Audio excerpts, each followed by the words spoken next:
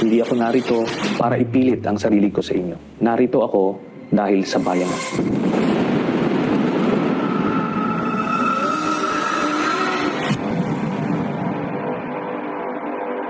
Ilang beses kong tinaya ang buhay ko para mapatunayan ko ang pagmamahal ko sa ating bansa. July 27, 2003, unang nakilala si Lieutenant Senior Grade Antonio Trillanes IV. Isa siya sa mga lider ng mahigit 300 sundalo ng grupong Magdalo na sumugod sa Makati. Pangyayaring tumatak sa kasaysayan at tinawag na Oakwood Mutiny. Ang hiling ko sa inyo ngayong oras na ito ay buksan nyo lang ang isipan ninyo. Hindi ko kayo pipiliting maniwala, pero gusto kong sabihin ito sa inyo. Baka sakaling magbukas ang isip mo. Dahil ang pagmamahal sa bayan, hindi mo pwedeng daanin sa kwentuhan, sa pagpapatawa, sa pagmumura. Madadaan mo ito sa katotohanan. Ito ang buong kwento ko. Noong 2016, nagsimula kaagad ang patayan.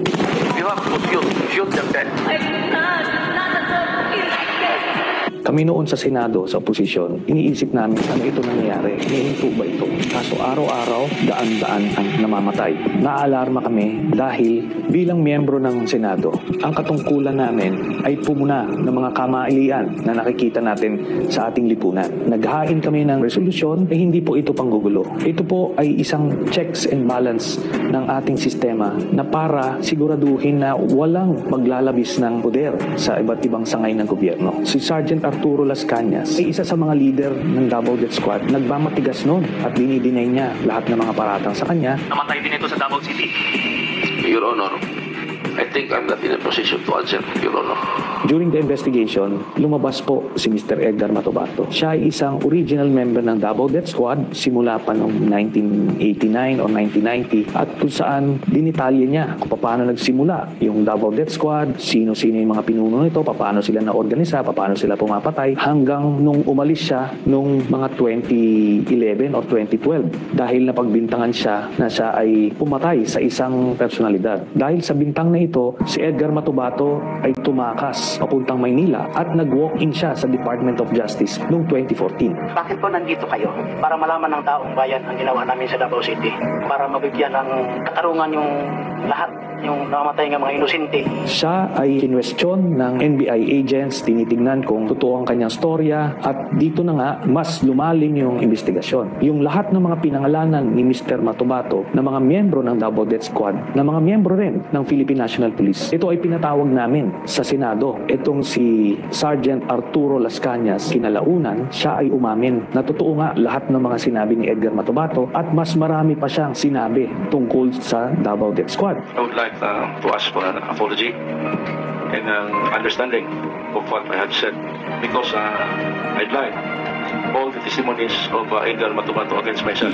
Sila talaga ang nag-organisa nung Davao Death Squad under Mayor Rodrigo Duterte. At ang mga sinalaysay nila Edgar Matubato at Arturo Las Cañas ang mga naging basihan ng unang communication na naisampa sa International Criminal Court. Ito ay nung panahon na naging miyembro tayo ng ICC nung November of 2011 hanggang March of 2019. Si Arturo Las Cañas, masasabi ko na meron siyang photographic memory. Kaya nung siya ay in-interview na ng ICC investigators, isang linggo siyang na cross-examine. Sinubukan talaga, balibalik ta rin yung kanyang testimonya, pero pare-parehas ang lumabas na mga detalye. Ilang mga specific cases ng murder ang isinama niya sa kanyang 186-page affidavit kung sino yung mga miyembro ng hit squad, sino yung nag-drive ng getaway vehicle, gamit na pagpatay, saan pinatay, dinala at nilibing. Ganun kadetalye ang kanyang affidavit. Kaya dahil dyan, siya ay naging star witness. Sa report ng The New York Times noong 2017, nasa kustodiya na raw ng ICC o International Criminal Court si Las Cañas na nagbibigay proteksyon sa mga testigo.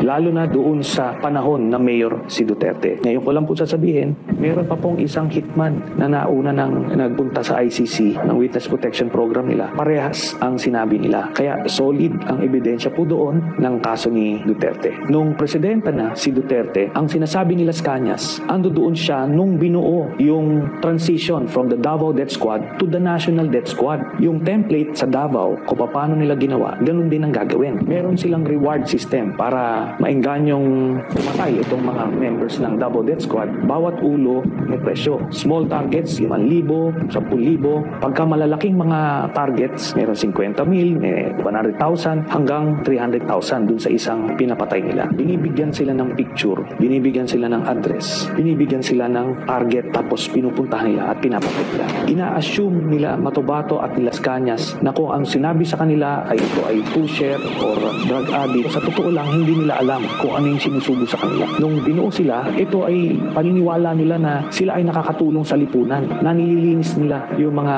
dumi ng lipunan. Pero kinalaunan, namamotivate na sila doon sa reward. Kaya dahil sa tiwala nila kay Duterte, akala nila lahat ng yun ay totoo. Until napapaisip sila kung totoo ba talagang mga salot sa lipunan yung pinapatay. Kasi meron silang pinatay na isang pamilya. Meron mag-asawa, may buntis na babae, tapos may anak na bata. Kaya doon sila nagtatanong, ano ba itong nangyayari talaga? Lumabas ang sagot noong 2003, noong nakilala ni Mr. Las Cañas si Michael Yang, Sammy Uy at Charitan. Ito ay inendorso sa kanila ni Duterte na poproteksyonan nila. Nakita nila na itong mga Chinese drug lords na ito nag-i-import ng mga chemicals na pangbuo ng mga shabu. Ito ay nag-i-export papunta sa ibang bansa, ginagamit ito pang supply, pang benta. Ito ay rape ni then Captain Asierto at pinapapatay nila yung mga Chinese chemists na nandoon. At meron pa silang inilabas na siyam na Chinese na galing din doon sa Shabu Laboratory na inutusan sila ni Duterte